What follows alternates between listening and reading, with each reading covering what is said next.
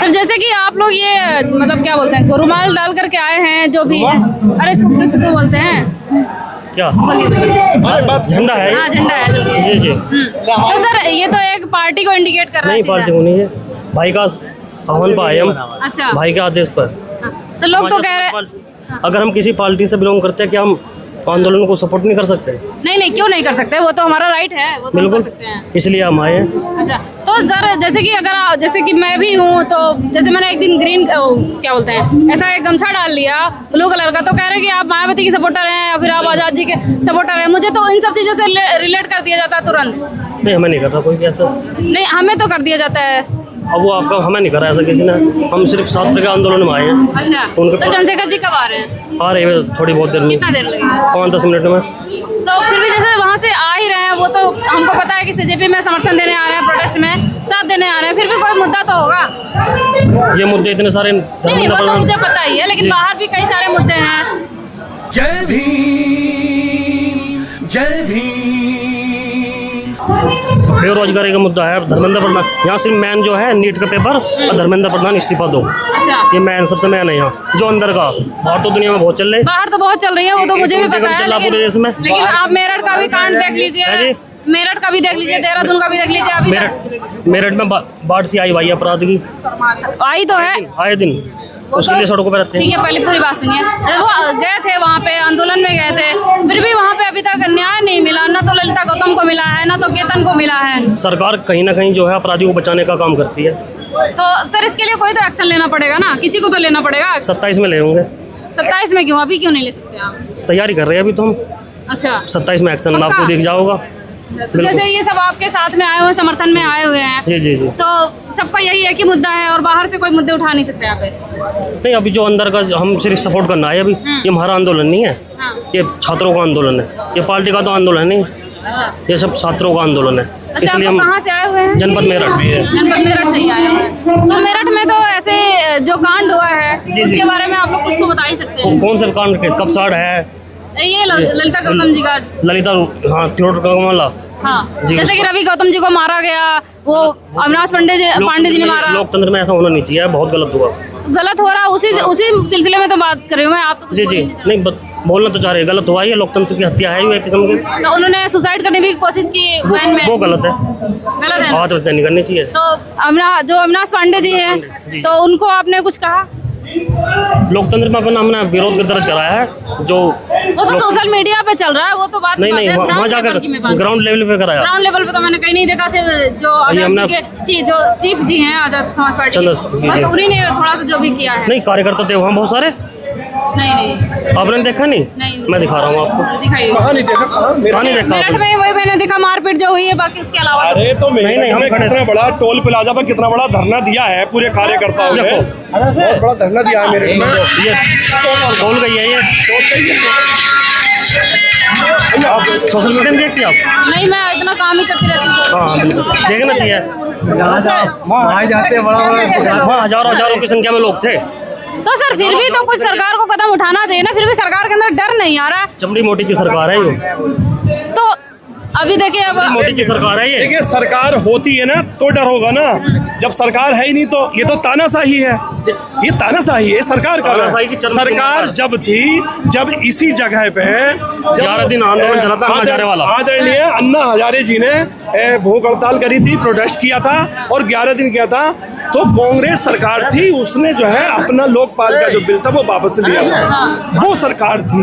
आज तानाशाही की सरकार है, इसलिए यहाँ तो लोगों के मरने का इंतजार दिया जा रहा है, शहीद होने का इंतजार किया जा रहा है।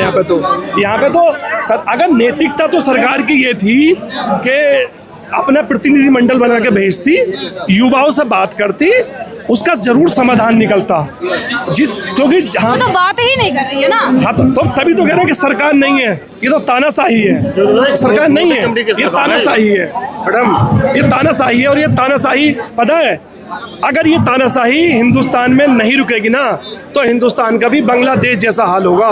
क्योंकि ये भारत का युवा है, ये युवा बहुत कुछ कर सकता है, लेकिन युवा शांति चाहता है, युवा चाहता है कि हमारी बात संवैधानिक तरीके से मानी जाए।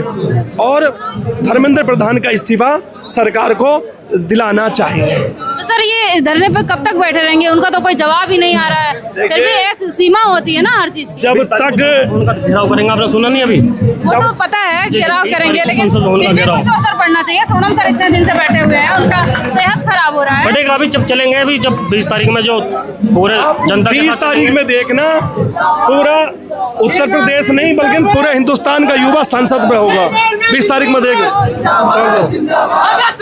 बताइए, 20 तारीख में भाई चंद्रशेखर ने घोषणा कर दी है कि हम पार्लियामेंट के अंदर भी और पार्लियामेंट के बाहर भी हम अपने मुद्दे उठाएंगे। और ये प्रोटेस्ट, ये एक बहुत बड़ा प्रोटेस्ट होने जा रहा है।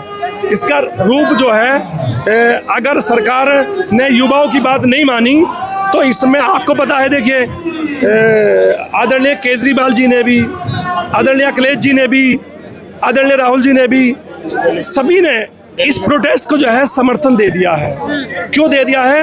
क्योंकि युवाओं के साथ अन्याय हो रहा है, युवाओं के साथ विपक्ष है और युवाओं के साथ लोगों की भावनाएं हैं। इसलिए जरूरी है सरकार को युवाओं की बात सुननी चाहिए। अगर सरकार युवाओं की बात नहीं सुनती है तो बताइए किसकी बात सुनेगी? क्योंकि युवाओं ने सरकार को वोट देकर केंद्र में भेजा है, इसलिए बात सुननी पड़ती है और पड़ेगी बात सुन। सर जैसे कि युवा तो हमारे देश की रीढ़ है, तो उसको ही तोड़ा जा रहा है। तो ये और एक पहली बात तो कीड़े मकोड़े से रिलेट कर दे रहे हैं, ये क्या बोलते हैं, कॉकरोच हैं तो क्या है, और ये एक तरह का प्रोपेगेंडा है। 10 दिन बैठे रहेंगे फिर चले जाएंगे। जनता के जो है, मैं आपसे बता दूं, जनता इतने बड़े संवैधानिक पद पर एक ऐसे अधिकारी ने एक बहुत छोटी ये ऐसी बात करी है, देश के युवाओं को कॉकरोच बताया है। इससे बड़ी और शर्म की बात क्या हो सकती है? आप बताइए। ये कॉकरोच ही तो है, आज जंतर मंतर पे है। ये कॉकरोच ही तो है जो पूरे हिंदुस्तान में है, और इस कॉकरोच की वजह से तो आज हिंदुस्तान की सरकार बनी है। और हिंदुस्तान की सरकार बनने के बाद युवाओं को ये सिला मिला, युवाओं को ये सिला मिला कि युवाओं को, यूथ को कॉकरोच का नाम दिया गया। ये बहुत विडंबना है हमारे देश की। ऐसे अधिकारियों को मैं निंदा करता हूँ उस बयान की जो उस अधिकारी ने कहा। अजय कुमार आंदोलनकारी, मैं गोरखपुर से चल करके दिल्ली के जंतर मंतर पे आया हूँ। आज प्रोटेस्ट का 25 से 26वां दिन है।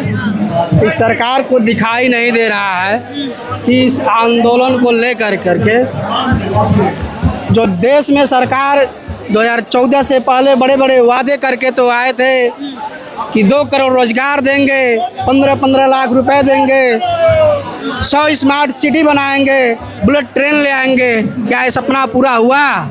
नहीं हुआ। सिर्फ और सिर्फ ये जुमला दिखाया गया, जुमले के सिवा कुछ हुआ नहीं। आप जानते हैं ये नीट पेपर के सब छात्र हैं, हमारे देश के होनहार छात्र हैं। जो नीट पेपर केंद्र सरकार के दायरे में आता है, 89 से 90 पेपर लीक हो जाता है। ये सरकार को कोई फिक्र नहीं है, क्योंकि ये सरकार नहीं चाहती है कि देश भी सुगरू बने, डॉक्टर बने, इंजीनियर बने, IAS बने, साइंटिस्ट बने। ये देश नहीं चाहती है। ये देश सिर्फ और सिर्फ धर्म में, जाति में, हिंदू मुस्लिम में, भारत पाकिस्तान में उलझा कर रखी है। वो तो कह रहे हैं विश्वगुरु बन चुका है हमारा देश।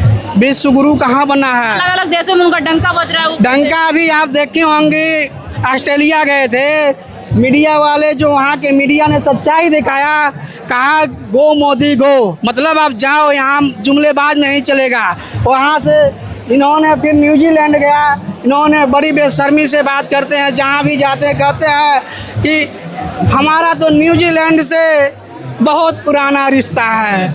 जब मैं शासन सत्ता में नहीं था, जब मैं सरकार में नहीं था, तो मेरा न्यूजीलैंड आने को मन करता है।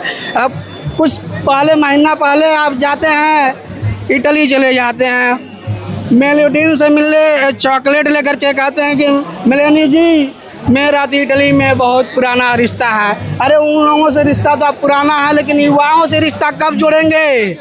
युवा से रिश्ता कब जोड़ेंगे? देश का युवा सुसाइड कर रहा है, देश का युवा सड़कों पर उतर गया है अपने हक और अधिकार के लिए, लेकिन आप हक अधिकार देना नहीं चाहते हैं क्योंकि आप जुमले के सिवा कुछ कर नहीं रहे हैं। आप तो ऐसे ऐसे आप युवा के खिलाफ, किसानों के खिलाफ, महिलाओं के खिलाफ योजना ले आते हैं कि जो योजना सफल नहीं होता है। आप तो एकदम तानाशाही करने पर उतर गए, एकदम तानाशाही। शुद्ध रूप से पूछिए, ये तानाशाही है, हिटलरशाही है। ये सरकार हिटलरशाही की सरकार है क्योंकि हमारे देश के परिवहन मंत्री इथेनॉल की प्रॉब्लम ज़्यादा आ गई। इथेनॉल वाली समस्या आप जान रहे हैं। ये तो इनके 15 लाख रुपए से गाड़ी नहीं खरीदा गया है, हमारे आपके एक एक रुपए इकट्ठे कर करके गाड़ी खरीदा गया था, लेकिन E20 ला करके देश की गाड़ियां बर्बाद कर दिया गया है। आपको एक लाइन बता देना चाहता हूँ, जो कहते हैं कि सबका साथ सबका विकास, लेकिन मैं कहता हूँ सिर्फ मंत्रियों के बेटों के विकास और देश की जनता की विनाश। तो जैसे आप लोग देख सकते हैं कि यहाँ पे जो आज़ाद समाज पार्टी के चीफ हैं चंद्रशेखर आज़ाद जी आने वाले हैं और उनके समर्थन में बहुत सारे लोग आए हुए हैं इस प्रोटेस्ट में अपना अपना योगदान देने के लिए, और बहुत अच्छे तरीके से बात भी कर रहे हैं और सबकी बातों को सुन भी रहे हैं और सबका मुद्दा उठाने की कोशिश भी कर रहे हैं। तो बहुत लोगों से मैंने बात किया, जो कि अच्छा लगा बात करके। तो ऐसा लग रहा है कि हाँ, सच में एक जीता जागता इंसान जो है वो इस चीज़ को समर्थन दे रहा है और युवाओं के आवाज़ को उठाने की कोशिश कर रहा है।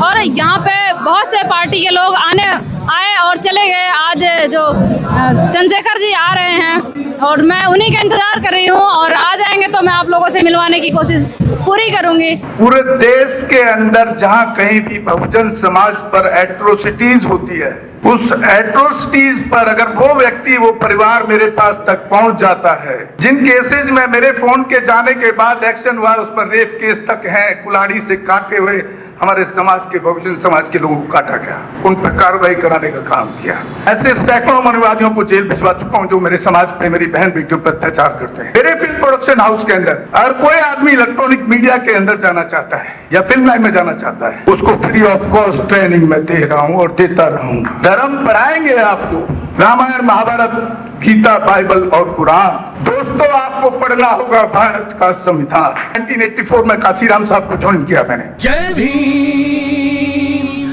जय भीम। और उस टाइम में 9th क्लास में पढ़ता था। उनके उस रास्ते पे काम करता हूँ। सामाजिक आंदोलन चलते रहना चाहिए, राजनीतिक आंदोलन चले या ना चले। ना बिकता हूँ, ना मुझे कोई खरीद सकता है, ना समझौता करता हूँ। सिर्फ 18 घंटे काम करता हूँ। जब तक मेरे समाज के, बहुजन समाज के पीड़ित व्यक्ति को न्याय नहीं मिल जाता, तब तक मैं बाबा साहब के विचारों और संविधान पर चलता हूँ। 9810085714। गांव की घटना है, ठाकुरों ने राइफल से गोली चलाई, मारने का प्रयास किया, सिर्फ बारात चढ़त के ऊपर की, इस रास्ते से बारात नहीं चढ़ गई, ठाकुरों का रास्ता है। सारे चैनल को बोला कि भाई स्टोरी चला दो, किसी कोई चैनल पे स्टोरी चलाने के लिए तैयार नहीं हो पाया। कौन से बहुजन समाज को न्याय दिलाने की बात कर? काशीराम साहब कहते थे कि मैं किसी की शादी में नहीं जाऊंगा, किसी के फंक्शन में नहीं जाऊंगा, किसी के घर नहीं जाऊंगा, ना शादी करूंगा, ना गए कभी। जो संगठन, जो राजनीतिक लोग चला रहे, वो अपने घर में पहले सुरक्षा और बंगला और पैसे का और बड़ी कार का इंतजाम कर रहे हैं। उस पर भी आपको सोचना चाहिए। फिल्म लाइन और इलेक्ट्रॉनिक मीडिया में इस समाज के लोग, जो पुअर सेक्शन है, पुअर कास्ट जिसको कहते हैं, SC ST OBC माइनॉरिटी, एक भी चैनल का कोई भी मालिक इस देश के अंदर आज तक नहीं है। क्यों नहीं है? हमारे चैनल लाइक, शेयर, सब्सक्राइब देखना मत भूलिएगा। इसी के साथ आप लोगों से विदा लेता हूँ। जय भीम, जय भारत, जय संविधान, नमो बुद्धाय।